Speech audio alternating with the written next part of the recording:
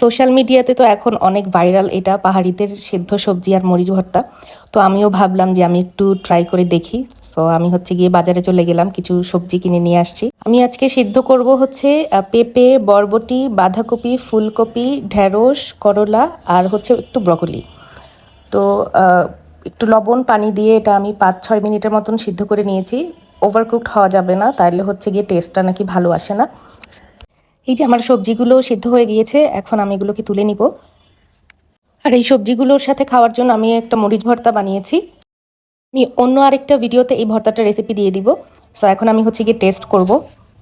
আমি যখন এই ভিডিওগুলো দেখতাম, মানে এই যে ভ্লগগুলো বা সোশ্যাল মিডিয়াতে যে ভিডিওগুলো খুব ভাইরাল হচ্ছিল, যে সেদ্ধ সবজি দিয়ে মরিচ ভর্তাটা দিয়ে খাচ্ছে, তো আমি মনে মনে ভাবতাম যে মানে এটা কি আসলেও টেস্ট কি ভালো হয় নাকি মানুষ এমনি এমনিই বলতেছে। বাট আমি খাওয়ার পরে বুঝতে পারলাম যে না, মানুষ গিয়ে এমনি এমনিই বলে নাই, আসলেই টেস্ট অনেক ভালো, আসলেই মজা লাগে।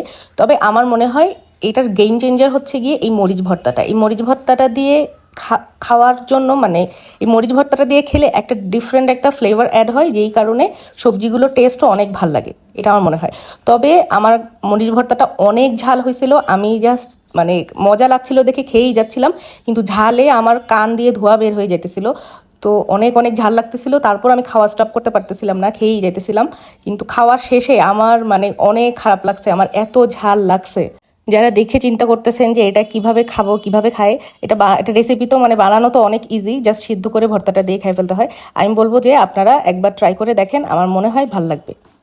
সেদ্ধ সবজি মরিচ ভর্তা এটা কিন্তু ভাত দিয়ে খেতে আরও ভাল লাগবে, যেহেতু আমি ভাত খাই না, তারপরেও কিন্তু আমার কাছে বেশ ভালো লাগছে।